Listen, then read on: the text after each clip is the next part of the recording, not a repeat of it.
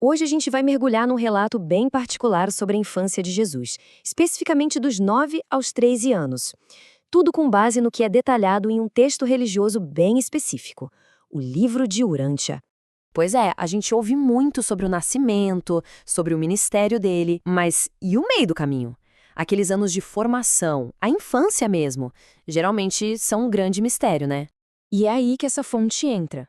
Ela traz uma narrativa super detalhada que o mostra não só como a figura divina que conhecemos, mas como uma criança de verdade, sabe? Enfrentando os desafios que qualquer um enfrenta na transição para a adolescência.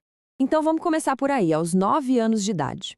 Aqui a gente encontra um menino que já está tentando equilibrar tudo: a escola, a família e aquela descoberta de quem ele é. Então, o que a gente vê? Ele era um aluno fora da curva na escola da sinagoga. E não ficava só nisso não, viajava com o pai José a trabalho, passava tempo na fazenda do tio, ia pescar, e o mais interessante, ele já era líder de um grupinho de 7 amigos, todos focados em se aprimorar. Ah, e depois que a irmã dele, Marta, nasceu, ele até ganhou uma bancada de trabalho só para ele. Ou seja, era uma vida que misturava coisas super normais da idade com uma mente, assim, muito, muito afiada. Já dava para ver o líder que ele se tornaria. Só que ter uma mente assim tão questionadora nem sempre é fácil, né? Muitas vezes isso o colocava em rota de colisão direta com as tradições e as regras da sua comunidade. E tem um episódio que ilustra isso perfeitamente. Um dia, Jesus desenhou um retrato do professor no chão da sala usando carvão. O problema? Isso era proibido pela lei judaica. Um colega, claro, foi correndo contar e não deu outra. Chamaram os anciãos da escola. Eles foram direto falar com José, o pai dele, exigindo uma providência. Jesus até tentou defender sua expressão artística, mas no fim, concordou em obedecer o que o pai decidisse. É um momento que mostra bem esse choque, né? A criatividade pessoal contra uma tradição religiosa super rígida. E a consequência foi dura, ele foi forçado a abandonar a arte. O texto descreve isso como, e olha que forte, uma das maiores provações da sua vida de jovem.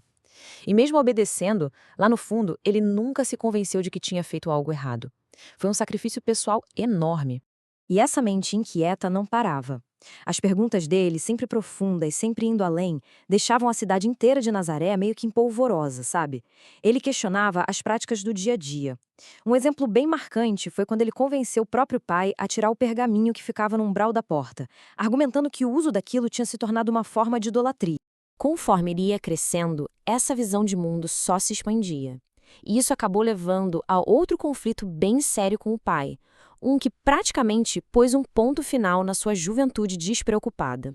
Isso aconteceu numa viagem a Citópolis. De um lado, tínhamos Jesus, maravilhado com a cidade grega, os templos de mármore, a arquitetura, tudo aquilo o fascinou. Ele também ficou super empolgado com os jogos gregos e chegou a sugerir que construíssem um anfiteatro em Nazaré. Já do outro lado, o pai dele, José, ficou perturbado com o entusiasmo do filho por uma cidade que ele via como pagã. Os jogos, para ele, eram exibições de vaidade pagã. A ideia do anfiteatro, nossa, ele ficou furioso. Fica clara a divisão que estava crescendo ali, né? A reação de José foi tão forte que ele disse essas palavras. E o relato diz que essa foi a única vez que Jesus viu o pai realmente bravo com ele. Foi um momento que o deixou completamente atordoado, em silêncio.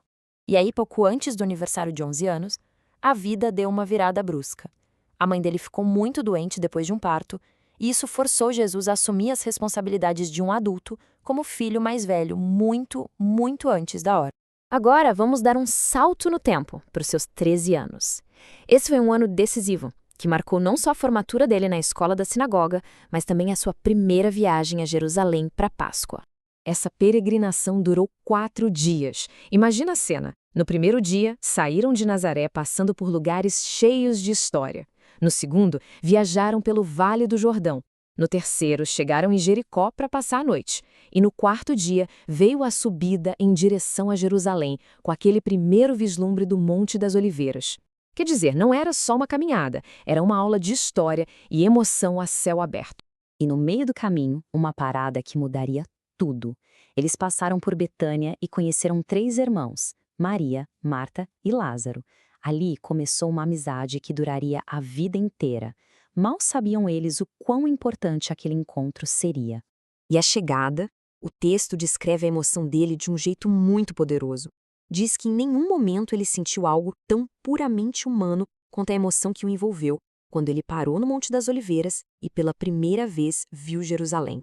Foi um momento de pura admiração, de assombro mesmo. Mas aquela viagem a Jerusalém não era só sobre turismo e emoção. Ela ia terminar com uma experiência que, de fato, marcaria o fim da sua infância e o começo da sua verdadeira missão. Aconteceu na noite antes do sábado de Páscoa. Uma verdadeira torrente de clareza, de iluminação espiritual, tomou conta da mente dele. Lá no templo, vendo todos aqueles rituais, os sacrifícios de animais, ele foi tomado por uma compaixão imensa por aquelas multidões que, para ele, pareciam espiritualmente cegas. E então, uma mensagem chegou. É chegada a hora, já é tempo de começares a cuidar dos assuntos do teu pai. Essas foram as palavras, entregues por um mensageiro divino. Era um chamado direto, claro, para ele começar a assumir suas responsabilidades. Aquele evento foi um divisor de águas. Foi o fim do menino de Nazaré e o começo do adolescente que agora tinha que lidar com uma identidade dupla, humana e divina. Dali em diante, o foco dele mudou completamente para o propósito da sua vida, mesmo com todas as obrigações familiares imensas que estavam bem ali, no horizonte. E isso nos deixa com uma pergunta central, né? Como é que um jovem de 13 anos consegue conciliar o peso de um universo nas costas com o dever diário de cuidar da própria família? Essa questão é o que vai definir todo o próximo capítulo da vida dele. Uma história fascinante sobre equilibrar um destino cósmico com as obrigações mais terrenas possíveis.